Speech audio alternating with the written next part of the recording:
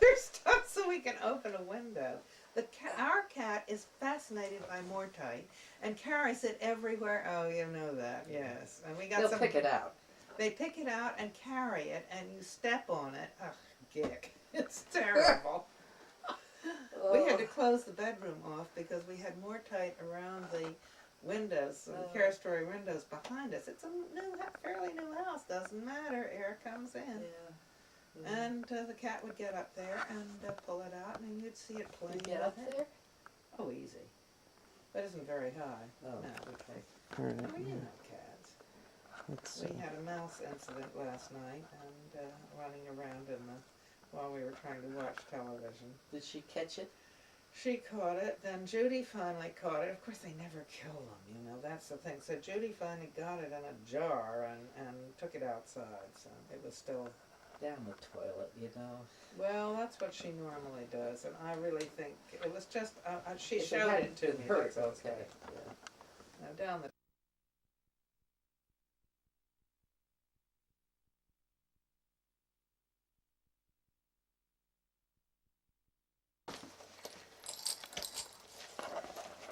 I'll move this back. Do you have one of these, Frederica, which is... Oh, God, I don't talk about it. I have boxes of...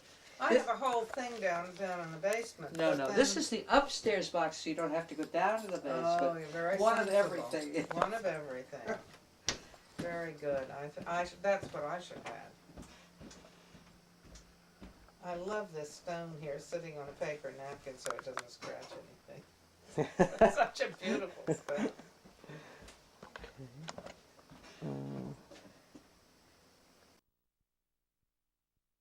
Here we go. It's on. Today is Sunday, April 13th, 2003, and this is one of a series of videotapes about lesbians on the North Fork of Long Island. Frederica Leser first came to the South Shore of Long Island and built a house in Sagaponack, but she has been very important in the development of our community. She grew up in Baltimore, went to Bennington College, where they felt she was an extremely talented painter. Frederica, tell us a story about when you got in trouble at Bennington for being a lesbian. Well, I was called... Oh, that's that. You fucking... Yeah, turn your phone off. You need to tell your story about... Oh, wait. Yes. Okay. Let's hope the phone doesn't ring. Now, today is Sunday, April 13th, 2003. This is one of a series of videotapes about the lesbians on the North Fork of Long Island. Frederica Leser first came to the South Shore of Long Island and built a house in Sagaponack, but she's been very important in the development of our community.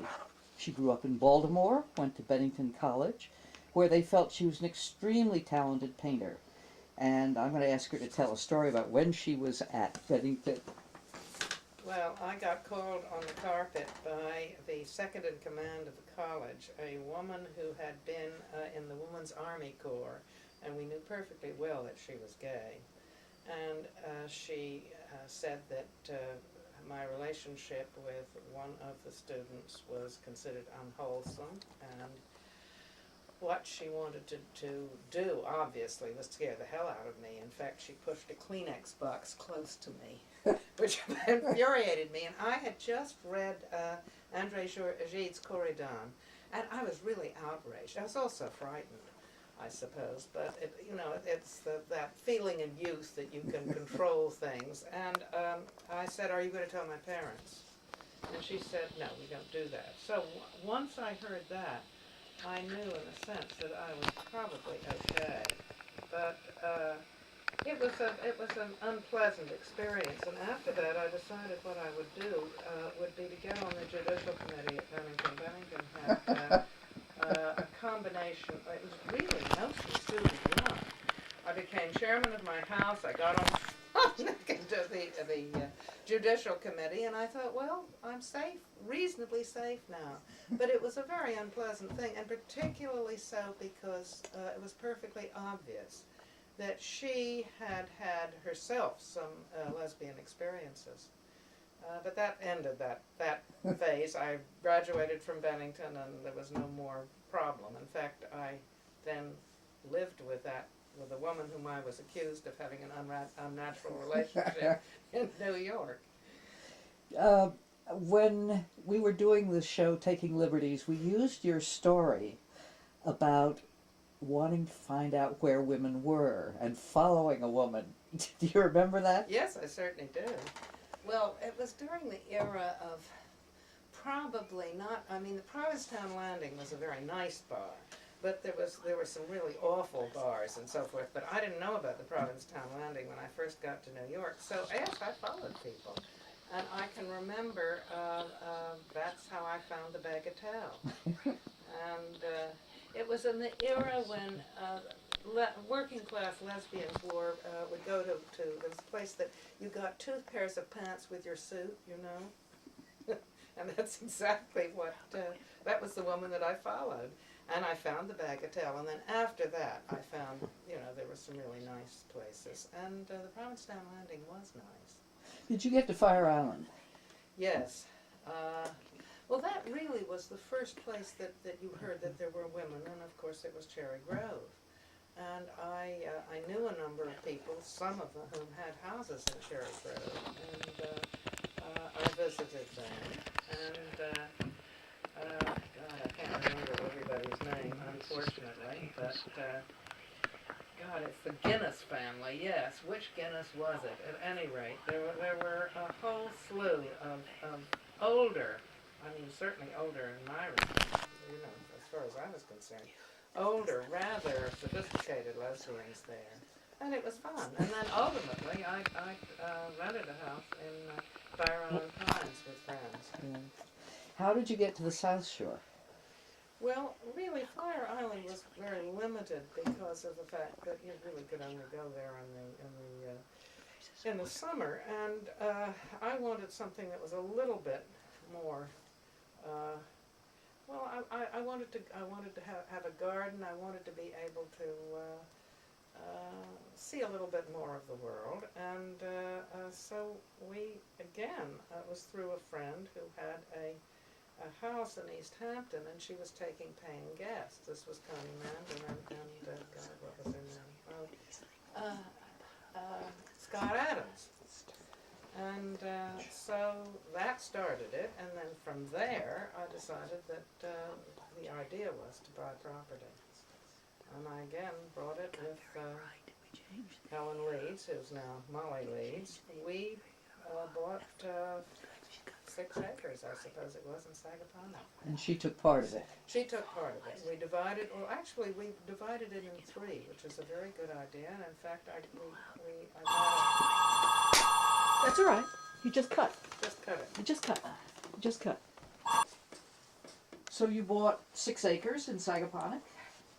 And we divided it up, and I built a house, and the third, what our idea was that having divided it in 3, that the other part would be sold, which would be very helpful to us financially, eventually, which is exactly what we did. And but at that time there were very, very few women, really. I remember going to a party, I mean there were a lot of gay men, but very few gay women. And I remember going to a party where there must have been, God, 100 gay men, and I saw this woman way off in the distance. I was thrilled. I rushed toward it, and it was Elfrida von Nordroff. And we looked at one another and said, "Oh, you! That's who it is!" We were so disappointed. I mean, obviously we were with various, I think I'm trying to remember who I was with then, but at any rate, it's gone now. It'll come back to me. I probably was not with anybody, otherwise I wouldn't have been so excited to see a woman way off in the distance. But Now, about that same time in New York, you had a house yes, and gave parties. yes. Yes, I had a brownstone and 8 tenants, and it was a period when you either went to the bars or you hoped, I suppose, to meet somebody through friends. And Barbara Phelan, who was a good friend of mine, and Lois Moorhead, and I decided to give a series of parties that really had a little bit, you know, had some, elegance, and we had the setting for it because this I had the parlor for rear, and we had 12-foot ceilings and a fair amount of space. And the first party really was which I think was probably the most successful, was set in the period just right after Meyerling. And we sent out engraved invitations about, I would say 6 weeks before, with a list of the people who were coming, so that if you wanted to be one of the characters of that period, of which there were, of course, I mean, you could be Maeterlinck, you could be Isadora Duncan, and we went through the whole thing, and we were, let's see, who was I? I was not Archduke Franz Ferdinand. I really don't remember, but I had full military uniform, I can remember that, and I'm trying to remember who Lois was. Oh, she was the Duchess of Marlborough. She was very good looking, and she really was wonderful in it. And so we had the party. I rented something like a dozen of the little gold chairs that you have in dancing class, so it looked right. We made a fake chandelier, and we really had, I mean, we transformed the space, and I moved all the furniture out so we could dance. And we had, of course, Viennese waltzes. It was many years later I discovered I can't waltz, but I thought I could, so it didn't matter. But I had on a full, I remember Lois sewed stripes down my trousers. I had a marine, well, it was an old uniform, of course, red uniform and so forth, and the sword and the works. And we had an absolutely fabulous time. We really, really did. And there are some videotapes, not very good. They're not videotapes, they're obviously movies. But at one point, we were evidently making a great deal of noise, and the police came. And a number of people ran and jumped into the bathtub and pulled the shower curtains. And we sent Lois out. I was going to go. And they said, you can't go with a sword and all this stuff. So we sent Lois downstairs to meet with the police. And she, of course, looked lovely. And we promised we would be quiet. And it all, was fine. That was about the time I met Renee, and she told me about this party, and she said it was so wonderful to see all these women looking so elegant. It really was wonderful. It truly was. I remember Connie Ford, actress, and I mean, God, who did Jane Wagner come as? Oh, Wagner. Yeah. At any rate, everyone had a chance, and then after that, we did give one more party, and I just remember that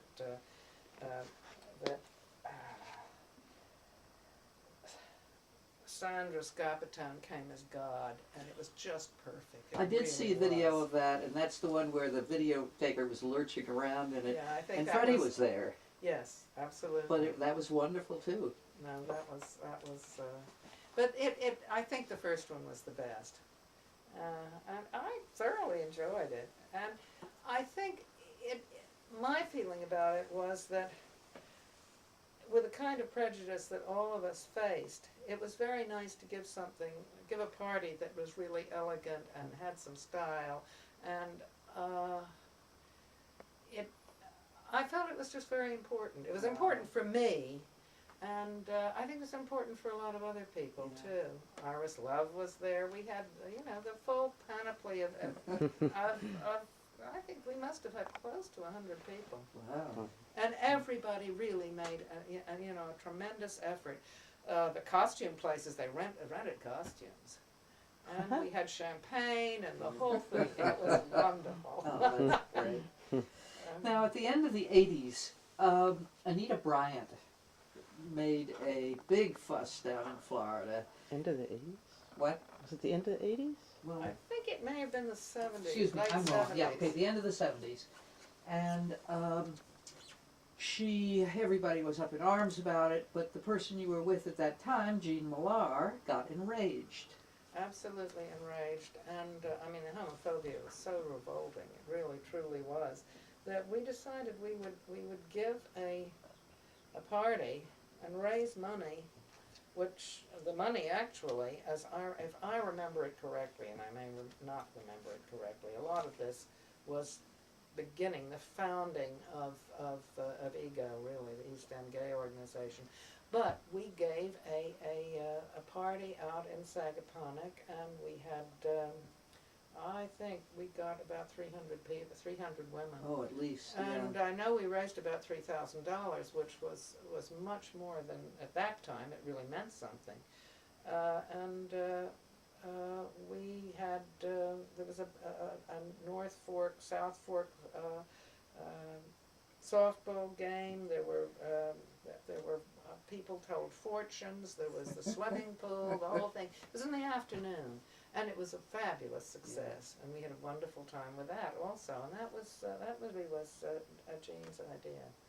Well, it was very important because it brought the two communities together. Yes. And there was a second one where I think we also had another baseball Yes. game a few years later, 1 or 2 years Yes, later. we did. Somebody was hurt. That's why we couldn't do it again. That's the That one Sarah where broke her arm. Margaret Hicks, who was doing she was in charge of the South Shore She recruited from the toughies bars. from the bars to beat them. That was awful. We also had, and I have some pictures of this somewhere that's just too absurd. We had a whole line of chairs, and what is that thing where you No, that everybody? was a different one. That was a different one. Yeah, That yeah, but it was one of those parties. I guarantee it Yeah. was. I could see Well, unless Olga it missing a repeated. chair. unless it repeated afterwards. Yeah. Yeah. Well, anyway, that really started the consciousness, Yeah, political consciousness, and the togetherness of the two forks. it And certainly then did. it was at a party of yours in New York in 1981 that Marilyn Lamkay said, "Let's put on a show," and I said, "Well, if you produce it, I'll direct it." Show? And that turned into the Midsummer Revels, in which you were certainly a part of. And then we did a couple of shows after that. Now, when did you leave Sagaponack? Gosh, I should have looked over all my dates. I think I know the house in Shelter Island was built in the early 80s, so that was probably pretty much when it was. Yeah. It was the late 70s, early 80s. And you built it yourself, well. Yes, designed it. Designed it. I designed it, and I went to one of the building places in Maine that teaches you how to build your house. So that's how it happened. Also, the reason we moved really was that Sagaponack was getting so gentrified and so, and we had friends, many really our close friends were on the North Fork, so it seemed like a logical thing. And Jean had, of course, Doug and Jan Cafton on Shelter Island, and we found this fabulous property. Well, it's a wonderful house. You really did a great job making it, except for the deer, the Yes. Shelter Island deer that have tortured Frederica. Yes, but we've got them fenced out now. Frederica has a wonderful garden, and her friend Judy is A a great terrific gardener. A terrific gardener, really. I think one other thing I would like to say, because I thought it was interesting, at the time, after the parties, this is still in New York, I got called, a number of people got called by the New York Times. They wanted to run an article about, obviously, lesbians in the city. And they asked, they asked everybody, and everyone said, all the people that I knew said no, and I was working at the Museum of Natural History at that time, and had the house, of course, in the city, and I said yes. And they sent one of the, I wish I remembered his name, because he was very well known, he did all of the really major obituaries for the Times, and he was charming. And he said, well, would you like to, you could come to the Times and, do this anonymously. I said, nonsense, I'll use my name. I'd rather you not give the address of the house, but come over and we'll sit in the garden and talk. It was obviously in the summer. And that's exactly what he did. and he wanted to know how you met people, and I mean, it was the whole. I was trying to counter the whole idea that everything was barred, that there was. I said, look, all the social distinctions that exist in larger society exist in gay society. I mean, it really does, and you meet people through friends, at a dinner party or what have you, and I ended up liking him very much. We went off the subject. We talked about other things. It was never printed because something major, some major news came on then, and they scrapped it. But what I was trying to do was to say, look, we're not all hiding under rocks, and we're reasonably. I mean, many people are reasonably affluent, have some social skills, for God's sake, and we're not this marginal group that the larger part of society thinks we are. So, at any rate, I'm just. I wonder if that could be in. found. Of course, it wasn't printed. I don't know. So. He died. The guy who did it, he was very well known, and I sort of intended to keep up with him. He had a house in East Hampton. He died about 5 years ago, I think. But he was a wonderful interviewer, too. And we liked each other. And I think this was a big shock, He thought I was probably going to arrive in well, maybe the way leather. I am now. I didn't get dressed for it. I don't mean differently than I normally do, but I looked a little bit more pulled together. And might have expected you in leather or something. yeah, absolutely. That's exactly what he did. And I do think I'm really sorry it wasn't printed, but I thought it was very interesting that everyone, I remember, came on spec refused. She was a lot of these people were in brokerage houses. No one felt safe in doing it. I thought, frankly, that the museum, probably nobody'd read it, and actually my boss at that time, Gordon Reiki, was gay, and certainly wouldn't have blinked an eye. The Museum of Natural History is very conservative, but I just don't think they would have ever noticed it. Tell a little bit what you did at the museum. Well, I was very fortunate in getting a job in the exhibition department. And after trying my hand at clerical skills, which I was rotten at, I was never able to learn to type properly. I got a job in the exhibition department because I had done a lot of painting, of course, and it was it ranged from everything from I painted all of the. Really, the first thing I did was I made 4,000 mangrove leaves, plastic mangrove leaves, which I painted and put in bunches for a particular group in the North American Bird Hall. Happened to be a rookery group, and at that point, the taxidermist with whom I worked was cleaning all of these, actually the earliest mounts, and then mounting new birds for a series of new groups, and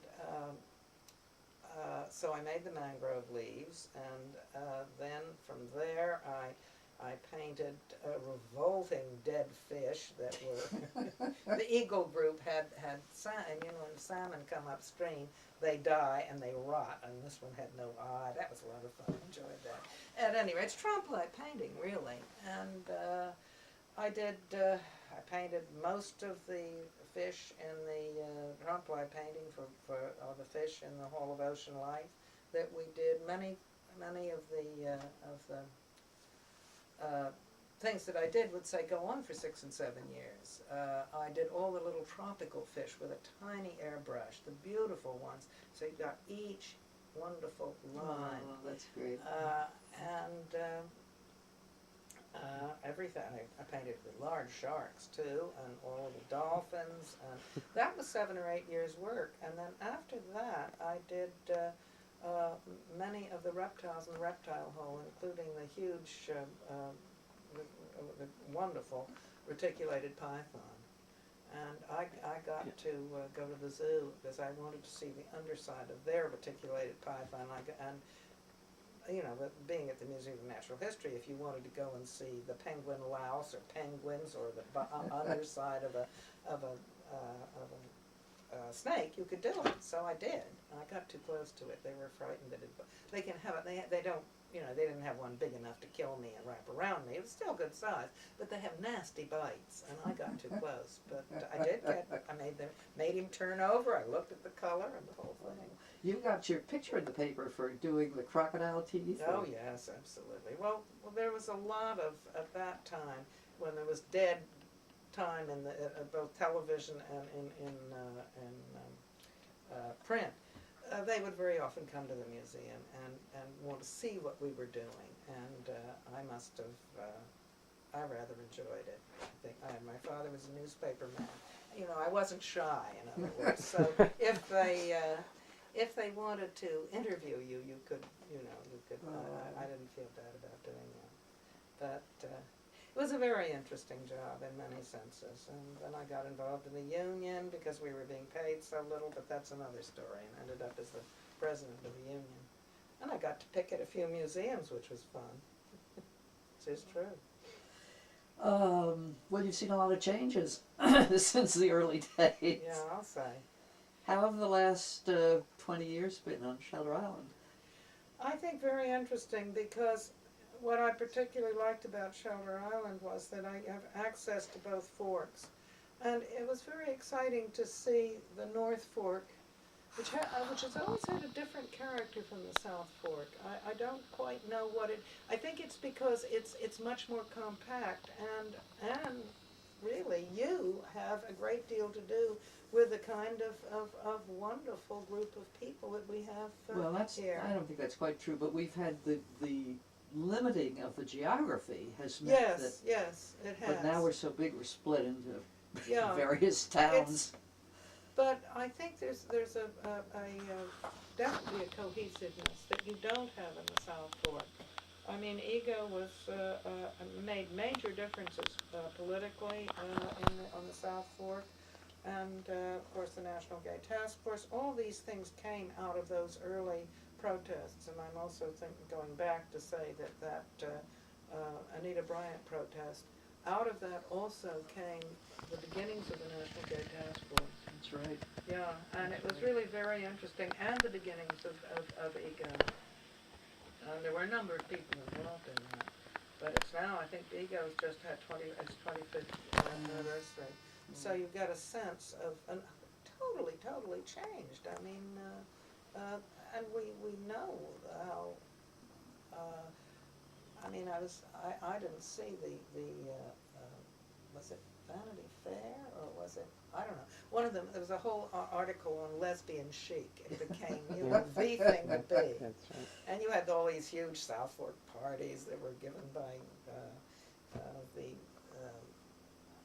what's her name? It's big brokerage firm. The rich people. The rich people, you know. And politically, of course, what's changed is that if you want to run for mayor in New York, if you want to do anything, you need to get gay votes because people vote, and there's particularly among the men, there's money and there's power. I mean, it's shocking to imagine gay Republican males, but there are lots of them, and probably some women too. I don't know any. Now, particularly this year, Southampton, East Hampton has done gay partnership. Yes, Did you register? I didn't register there. I registered in New York. Right. I registered in New York, and I had to go to the Museum of Natural History and register Judy, and I did because I have a very good health plan from the city. Actually, it's the Museum of Natural History and the city. So things have changed greatly. I mean, enormous change, I think, in people my age, and I'm 72, have seen absolutely incredible changes. It really have. I think the other thing I would say is that I mean, this is a strange thing to say, but my father was always sort of an iconoclast and was never impressed with I mean, he felt secure socially. There was a, you know, the sense of being socially entitled was a help, truly was a help, because I never felt like some little worm somewhere. I thought, the hell with it. I mean, I certainly could be scared, but I was, we all can be when we think that you know, we're really going to be trashed by someone. But there was always that element that I had some entitlement, that I didn't have to go hiding. I never felt that awful feeling that I think many people did, of that they were dirty and unclean and what have you and all those awful things. I mean, there was a degree of sophistication in my family. I had a gay uncle. I mean, it was just not, I mean, my mother was not pleased, believe me. I mean, that was awful when she discovered. How did she discover? That was awful. That was terrible.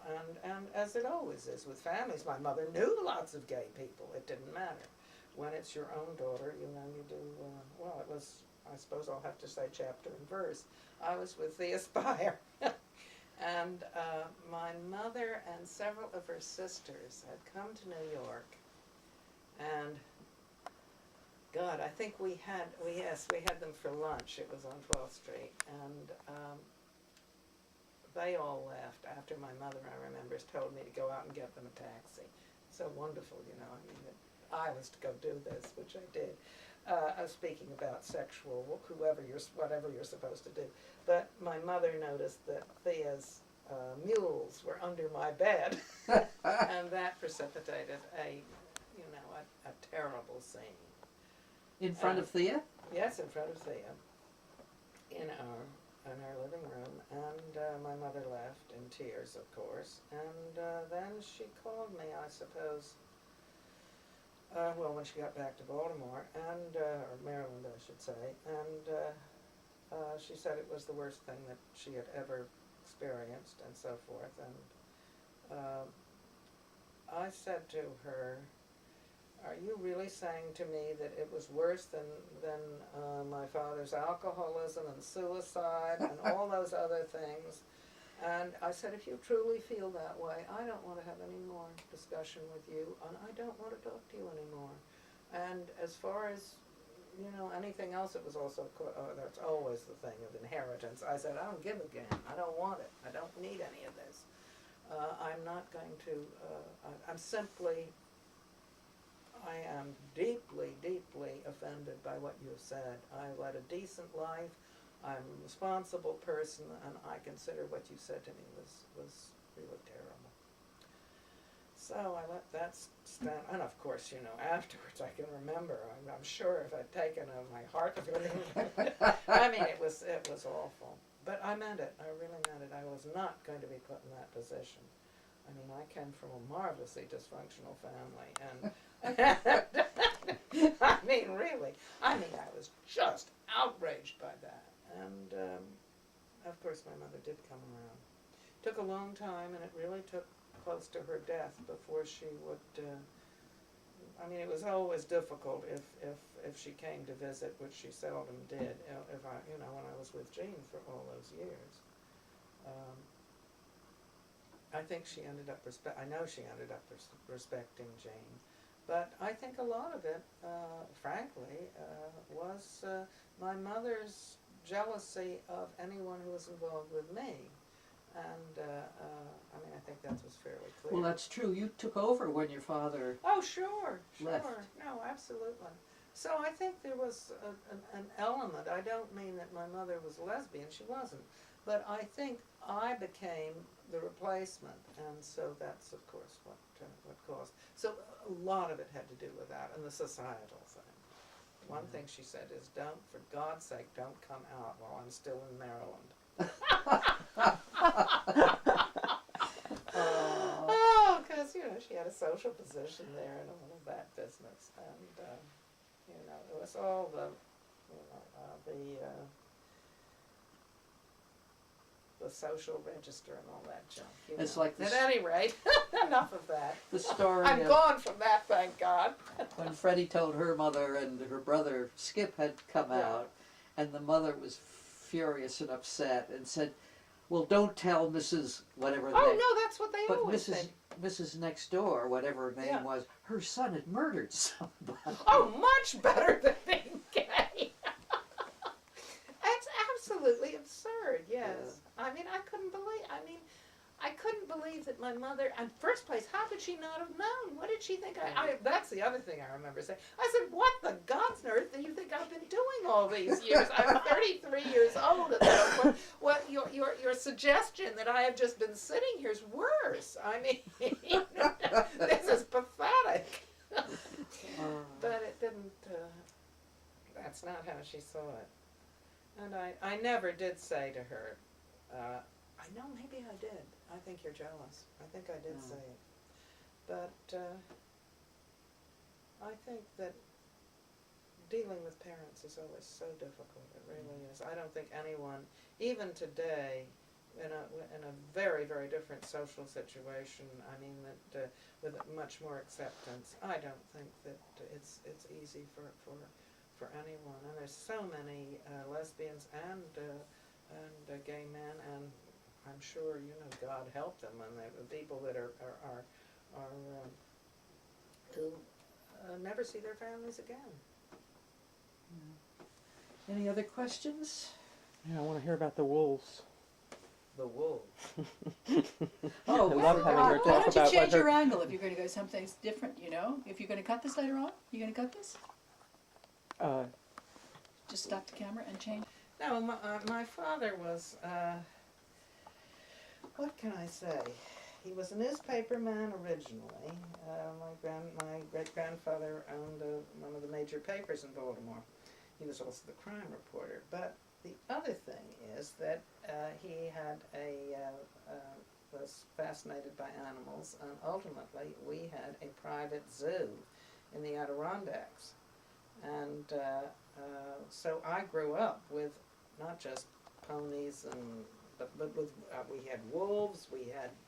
We were planning actually because we were open to the public. We were going to get an elephant. This was all before World War II, and the elephant was all, you know, ready to go, and we were also going to get a whole group of little Sicilian donkeys. I would have been able to drive the donkey thing around the whole property, which would have been a lot of fun. I guided people. How old were you at this time? I was probably 10 to 12, I would say. Yeah. And, you know, I would take a group of 20 people around, and my father had wonderful, was very, very good at designing things, and this was a very attractive thing. I mean, for example, all the raccoons were in a beautiful cage that was about 2 stories high with an old tree in the middle, and it was shaped very much like a circular with a like a silo kind of thing. You could see them climbing up and going into their various boxes. It was mostly Adirondack animals, but there were also obviously, if we ever go to get an elephant, it was you know, ultimately it was going to be a much larger zoo. He finally did become director of the Baltimore Zoo, but that's neither here nor there. The elephant, who did go to the Baltimore Zoo after my parents separated, killed its keeper, so I'm awfully glad we never got it. But I mean, I had to take care of the reindeer. I'd have to go out early in the morning before going to school and throw hay under the reindeer pen and all of the deer and feed my ponies, and we didn't have to feed the monkeys. They were all in another Tell about area. the hawk going through the house. Oh, yeah. Well, anybody that was involved in animals, including if ever a circus came to town, we had all the circus people. My father would bring back, people from the sideshow practically, and my mother would have to suddenly provide dinner. But this was a man who had an owl, actually. It was an owl. And I remember he came to dinner, and he had the owl on, you know, on his wrist.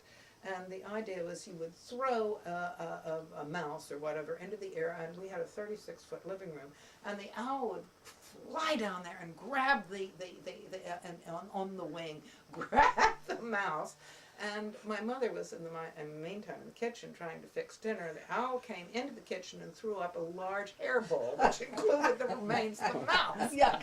And she said this was not conducive to a good dinner. But so that's the kind of that's how I grew up. And I know I wanted, at one point I wanted a zebra, and my father said he'd get me a zebra, but that I had to understand you couldn't ride zebras, which is true, they can't be broken. But so I never did get the zebra. Yeah. But I have pictures of myself in the Baltimore paper holding two little lion cubs. They're the sweetest things you ever saw. And so I got to go behind the scenes in the zoo. So I had nice memories of animals. My mother raised raccoons and other small animals, woodchucks on dolls' bottles. And, she was not certainly trained for this kind of. She was trained to arrange flowers nicely, not to cut. But she adapted very well. I think that's. Well, thank you. That's great. Wonderful. I think you can cut out a lot of this. Oh, I It's don't know, wonderful. Frederica.